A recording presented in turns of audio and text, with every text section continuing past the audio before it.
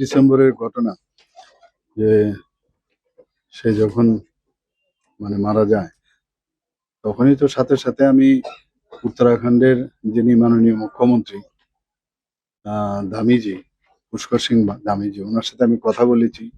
উনিও আমার সাথে বারবার কথা বলেছেন, 4-5 বার কথা হয়েছে। কি বিষয় ওনার থেকে জানলাম, আর এমনিতে তো নিউজ পেপারে এসেছিল। উনি আমাকে এসুরেন্স দিয়েছেন যে কাউকে ছাড়া হবে না এবং আইন আইনের পথে চলবে, এবং 5 জনকে আউট অফ 6 5 জনকে অ্যারেস্ট করেছে।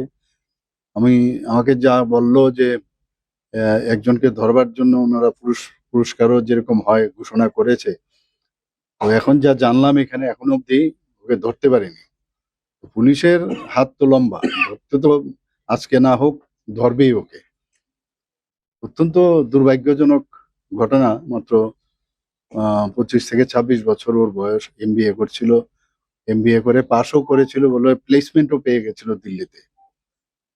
সত্যি দুঃখের বিষয়। আর আমি যখনই এখানে ডেড বডি যখন নিয়ে এসেছিল, আমি এই বাড়িতে আসার জন্য আমি রেডি হচ্ছিলাম, বললো এখানে নেই, ওনারা ওনাদের যে অরিজিনাল বাড়ি সেখানে চলে গেছে মাছমারাতে।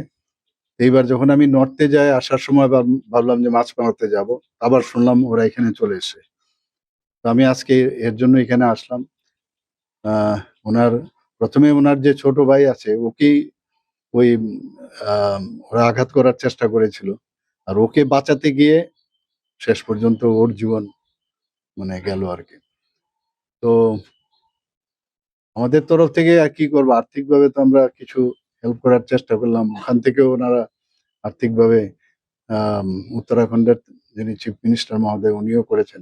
এগুলো তো চলবে, কিন্তু উনি বলছিলেন যে ওনার বাবা বিএসএফ এ চাকরি করেন, এখন মণিপুরে ওনার পোস্টিং।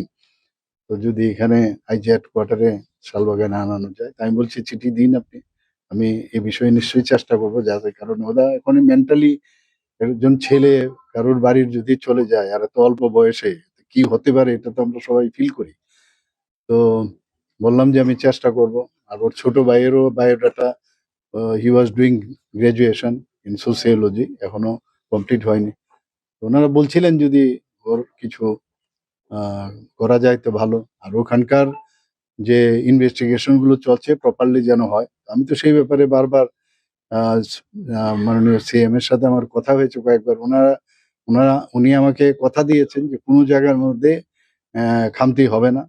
তবুও আম, আম, যাতে কোনো জায়গার মধ্যে কোনো লুপহোল যাতে না হয়, সেটাকে স্ট্রেংথেনিং করা হয়। আবার আমি আগামী 19 তারিখ দিল্লি যাচ্ছি। আমি 18 তারিখ যাব, 19-20 আমার বৈঠক আছে।